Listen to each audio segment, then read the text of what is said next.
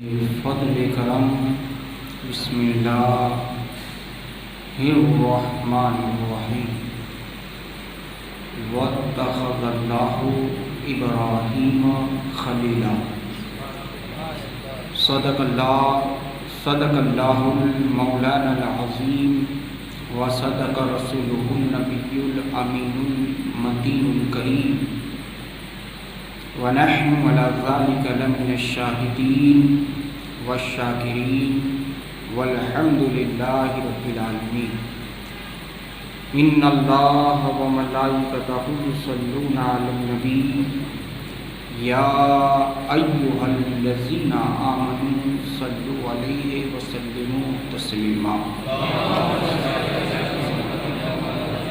الصلاة والسلام عليك يا حبيبي یا رسول اللہ صلی اللہ تعالی علیہ وسلم سبحان ربک رب العزۃ عما یصفون وسلام علی المرسلین والحمد للہ رب العالمین برحمتک یا ارحم الراحمین۔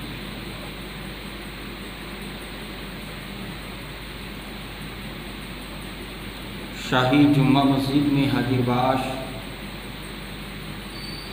جملہ سادات کرام، جملہ حجاج کرام،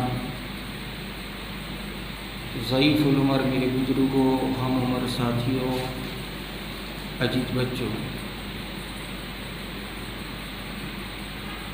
رسول پاک صلی اللہ تعالی علیہ وآلہ وسلم کے سنت خطبے کے بعد ربانی کلام، ربانی پیغام، اللہ کا سندیسہ رسول پاک صلی اللہ تعالی علیہ وآلہ وسلم کی بھاشا میں آپ حضرات تک پہنچانے کا شرف حاصل کیا ہے۔ مقدس کلام پاک پر کچھ باتیں عرض و معروض کروں۔ اس سے پہلے بہتر و مناسب ہی نہیں بلکہ ضروری سمجھتے ہوئے اپنے آقا و مولا مکہ مدینے کے دلہا جناب احمد مجتبی محمد عربی مصطفیٰ ارواحنا فدا صلی اللہ تعالی علیہ وآلہ وسلم کی بارگاہ میں انتہائی عقیدت و محبت کے ساتھ پوری ایمانداری، پوری بیداری کا ثبوت دیتے ہوئے تشریف فرما جملہ عشاقان رسول، عاشقان رسول بارگاہ رسول و آل رسول میں جھوم کر بآواز بلند درود پاک پڑھیں۔ اللہم صلی علی محمدین وعلی آل سیدنا مولانا محمدین معدن الجود والکرم منبع الحلم والحکم وبارک وسلم صلاۃ سلام علیک یا حبیبی یا رسول اللہ صلی اللہ تعالی علیہ وآلہ وسلم۔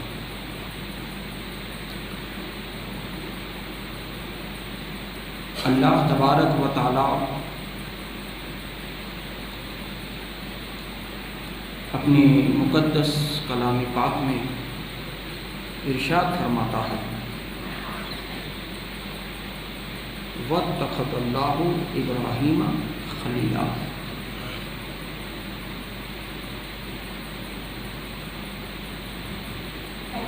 اللہ رب العزت نے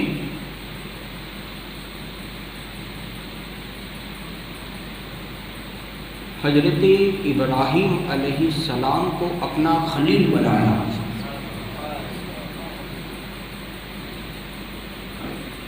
اپنا پیارا بنایا۔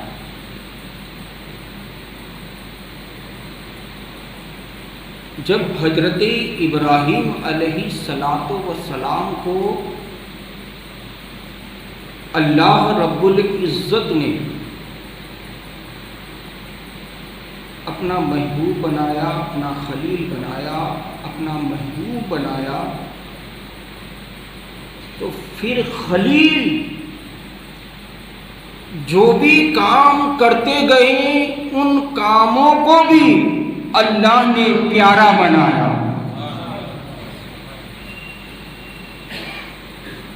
یہ ماہ ذی الحجہ شریف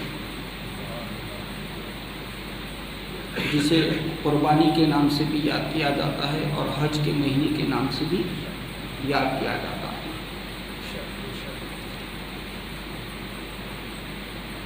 اور بحمدہ تعالی ماہ ذی الحجہ کی آج 5 تاریخ ہوئی.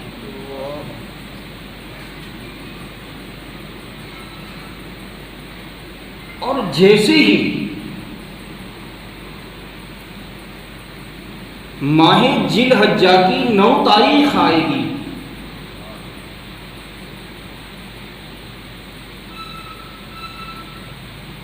اس کے لیے اسلام میں ایک بندھارن ہے، ایک قانون ہے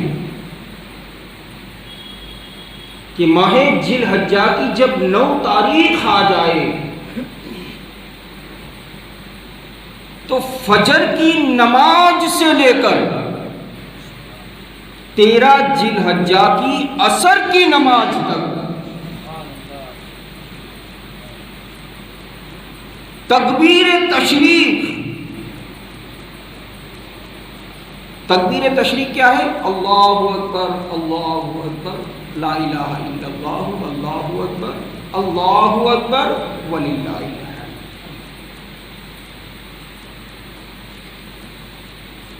عصر کی 13 ذی الحجہ شریف کی عصر کی نماز تک ہر مرد اور ہر عورت، مسلمان مرد اور عورت پر ایک مرتبہ بآواز بلند پڑھنا واجب اور 3 مرتبہ پڑھنا رسول اللہ کی سنت.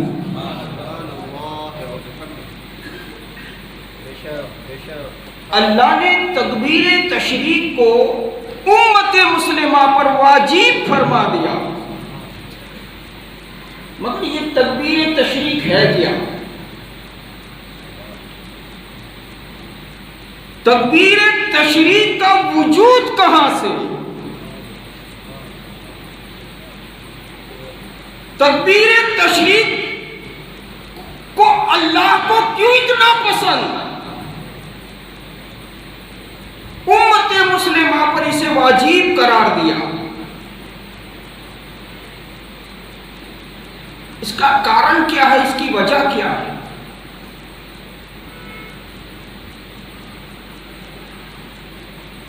اور تکبیر تشریق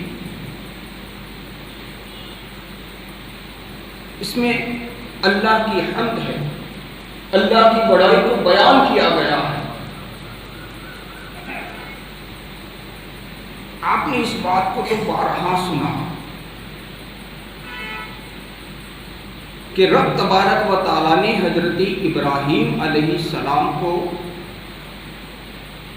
خواب میں بشارت دی کہ وہ اپنی عزیز ترین چیز راہ خدا میں قربان کرے.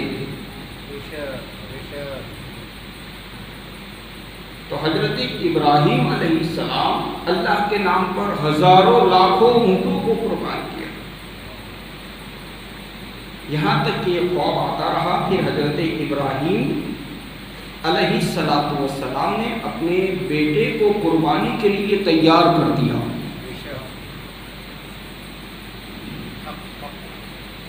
ابھی حضرت ابراہیم علیہ السلام کو بیٹا بھی ملا. حضرت اسماعیل علیہ السلام کی شکل و صورت میں. یہ بیٹا بھی اتنا جلدی نہیں بلکہ حضرت ابراہیم نے بہت دعائیں مانگی. رب ہب لی من الصالحین، کہ رب مجھے ایک صالح بیٹا عطا فرما. حضرت ابراہیم نے ہمیں دعا کا طریقہ بھی بتا دیا. دعا کا سلیقہ بھی بتا دیا. کیا اے اللہ ہمیں اولاد عطا فرما، اور وہ بھی نیک، وہ بھی صالح. کہیں ایسا نہ ہو کہ 22 برس کے بعد شادی کرنے کے بعد وہ آپ کو گھر سے لاتے مارے، کہیں ایسا بیٹا نہ دے دے. تو پہلے سے یہ دعائیں کرتے رہو. اور مفسرین کرام فرماتے ہیں کہ ماہ ذی الحجہ کی 9، 10 اور 11 اور 12 ان تاریخوں میں اپنی اولاد کے حق میں دعائیں کرتے رہو. رب تبارک و تعالی باپ کی دعائیں اولاد کے حق میں قبول فرماتا ہے. خوب دعائیں مانگو کہ ہمارے بیٹوں کو اللہ نمازی بنائے. اور یہ تعجب کی بات نہیں کہ ہمارے بیٹے کبھی کبھی ایسا کام کر جاتے ہیں کہ گھر سے لے کر پورا سماج پریشان ہو جاتا ہے. ایسے ایسے کام. اور آتما ہتیا اسلام میں بالکل حرام، کوئی گنجائش نہیں.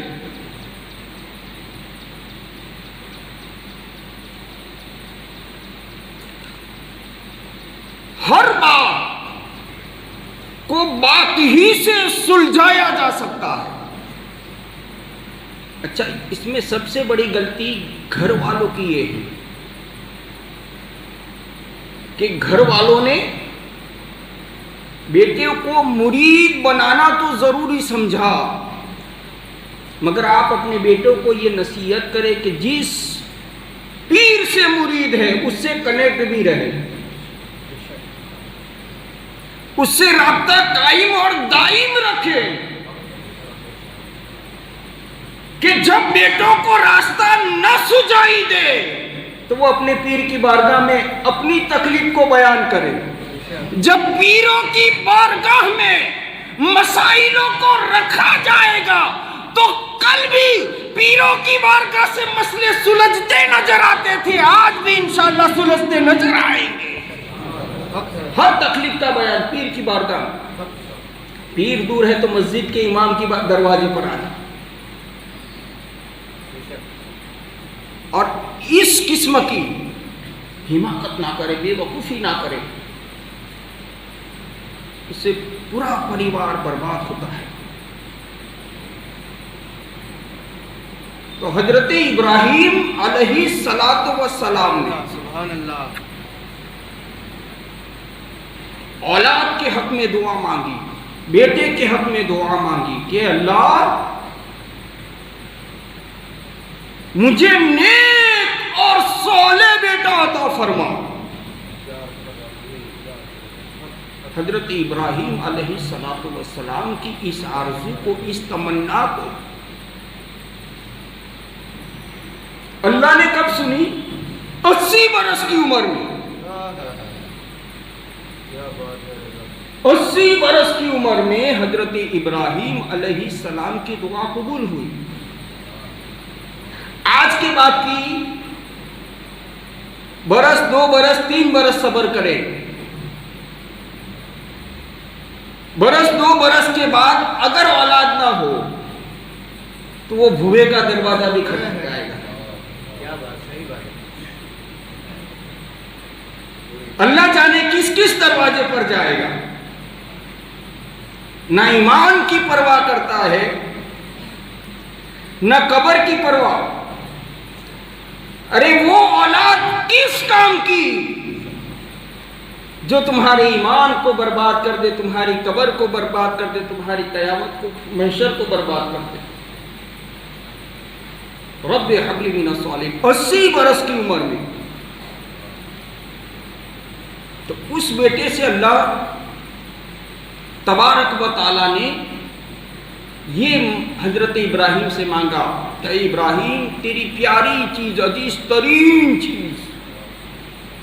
تو پھر حضرت ابراہیم علیہ السلام نے اپنے بیٹے کو کہا کہ بیٹا مجھے اللہ کی طرف سے حکم ملا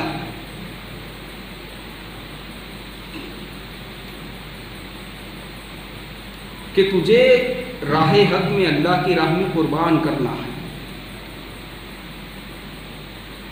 آج کا بیٹا ابا کہے کہ بیٹا میں نے تیرے لیے اس لڑکی کو پسند کیا ہے، تو بیٹا یہ کہے گا کہ مجھے دیکھنا پڑے گا. حالانکہ قرآن پاک نے یہ اجازت دی ہے، پرمیشن دی ہے کہ ہر بیٹے کو ادھیکار ہے، ہر مرد کو یہ ادھیکار ہے کہ وہ اپنی پسند کی عورت سے شادی کرے. مگر آج کے جوان کی پسند اللہ جانے کیا کیا پسند کرا. پسند کرنے پر آوے تو کس کس کو پسند کرا. پسندگی کے بعد ماں اور باپ کی مرضی کو بھی دیکھا جائے، کیونکہ بیٹے کے حق میں ماں اور باپ کی مرضی کا نام اللہ کی مرضی ہے. جہاں ماں باپ راضی ہوتے ہیں وہیں اللہ بھی راضی ہوتا ہے.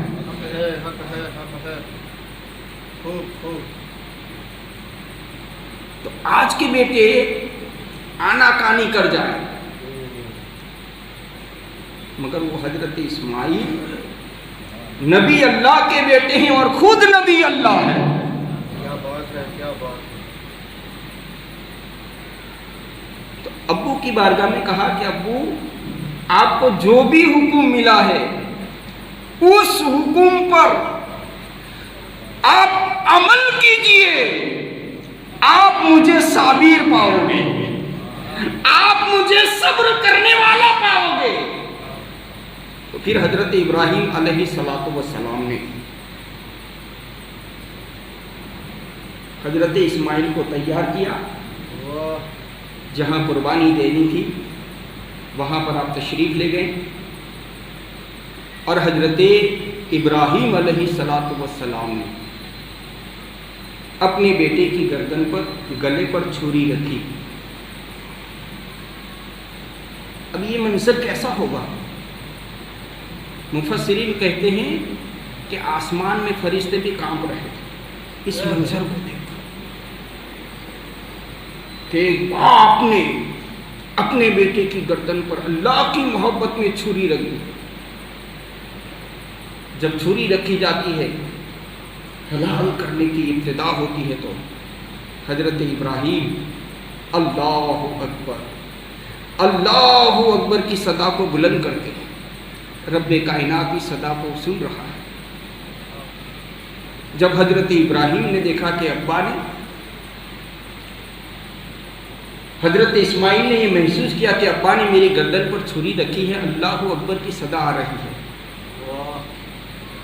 تو حضرت اسماعیل علیہ نبی الہی کہتے جاتے ہیں لا الہ الا اللہ، لا الہ الا اللہ، اللہ کے سوا کوئی معبود نہیں.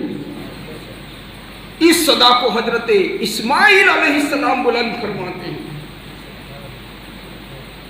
ابا نے چھری رکھی، بیٹے نے ابا کی چھری کو اپنے گردن پر رکھوایا. اس طرف اللہ حضرت جبرائیل امین کو حکم دیتا ہے اے جبرائیل اٹھو، اے جبرائیل سدرہ چھوڑو اور جنت سے ایک عالیشان دمبا لے لو. دمبے کو لیا گیا. حضرت ابراہیم کی بارگاہ میں حضرت جبرائیل امین تشریف لے آئے اور جب باپ اور بیٹے کے منظر کو دیکھا تو حضرت جبرائیل علیہ السلام پکار اٹھے واللہ اکبر وللہ الحمد، واللہ اکبر اللہ اکبر وللہ الحمد. ساری تعریف اللہ ہی کے لیے ہے. حضرت ابراہیم کا اللہ کو اللہ اکبر کہنا اتنا پسند آیا، لا الہ الا اللہ.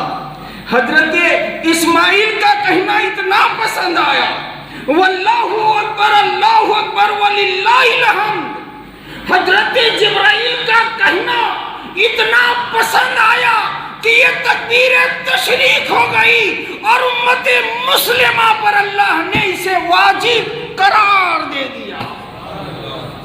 بے شک بے شک. تو جب ماہ ذی الحجہ کی فجر کی نماز آ جائے تو آپ حضرات فجر کی نماز سے لے کر چاہے جماعت سے نماز پڑھتے ہیں یا گھر پر اکیلے نماز پڑھتے ہیں تو آپ یہ تکبیر تشریق پڑھتے رہیں. یہ اللہ کی حمد ہے, یہ اللہ کی ثنا ہے, اللہ کی پاکیزگی کو بیان کرتا ہے.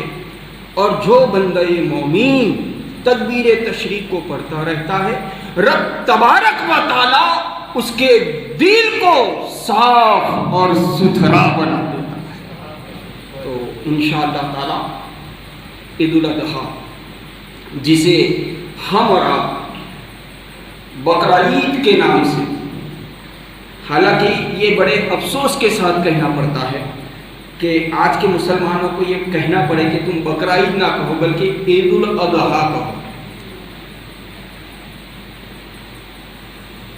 علماء کے لیے بہت بڑی شرم کی بات ہے, مسلمانوں کو بتانا پڑتا ہے کہ بقرعید نہ کہو, بقرعید نہ کہو, بقرعید نہ کہو, عید الاضحیٰ.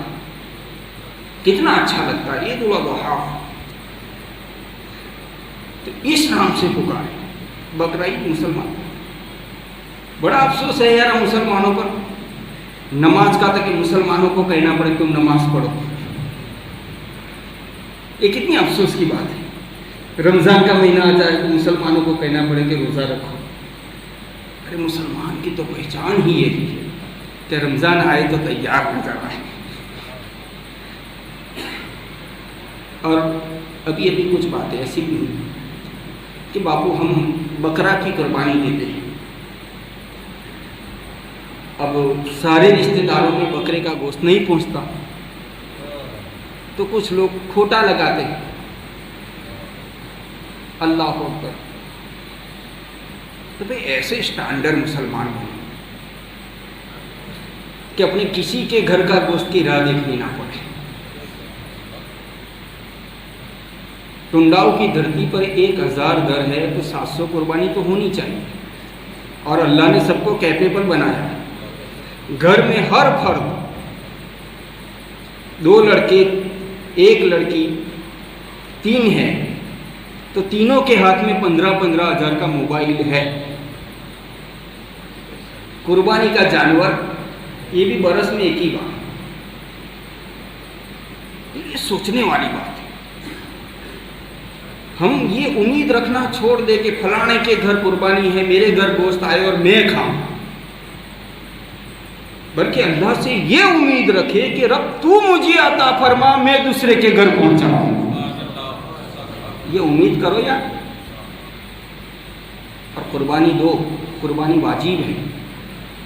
اور رسول اللہ فرماتے ہیں اس عید الاضحیٰ سے لے کر آنے والی عید الاضحیٰ تک اب سکھی رہنا چاہتے ہیں, سکون اور اطمینان سے شانتی سے رہنا چاہتے ہیں, بغیر ٹینشن کی زندگی گزارنا چاہتے ہیں, بستر پر سو سکون والی نیند آئے, ایسا جینا چاہتے ہو تو پیغمبر اسلام محمد رسول اللہ صلی اللہ علیہ وسلم ارشاد فرماتے ہیں کہ قربانی دے دے, قربانی دے دے, تیرا پورا برس سکھ اور شانتی کے ساتھ گزر جائے گا. انشاءاللہ اس پر عمل کرنے کی کوشش کریں. اس سال آپ سے انتظام نہیں ہوا ہے تو کم سے کم اپنا واجب ادا کروانے کے لیے سمو والی میں بھی چلے جائے تاکہ واجب ادا ہو جائے. مگر سمو یہ محبت والا مسئلہ نہیں ہے کہ کون ویترے کرے, دے دو سمو میں پچ جائے قربانی, ایسا نہیں. اپنے گھر قربانی ہونی چاہیے, اپنے گھر کے دروازے پر ہونی چاہیے, اپنے گھر کی چوکھٹ پر خون بہنا چاہیے. انشاءاللہ اللہ اس کی برکتیں آپ کو یہاں بھی عطا فرمائے گا اور آخرت میں بھی عطا فرمائے گا. اللہ رب العزت ہم سب کو عید الاضحیٰ کی عظمتوں کو سمجھنے کی توفیق و رفیق عطا فرمائے. اور جب عید الاضحیٰ آ جائے تو ہم سب کو اللہ رب العزت جسے استطاعت بخشی ہے، جسے نصاب پر پہنچا دیا ہے، اللہ سب کو قربانی دینے کی توفیق و رفیق عطا فرمائے۔ ماشاءاللہ ٹنڈاؤ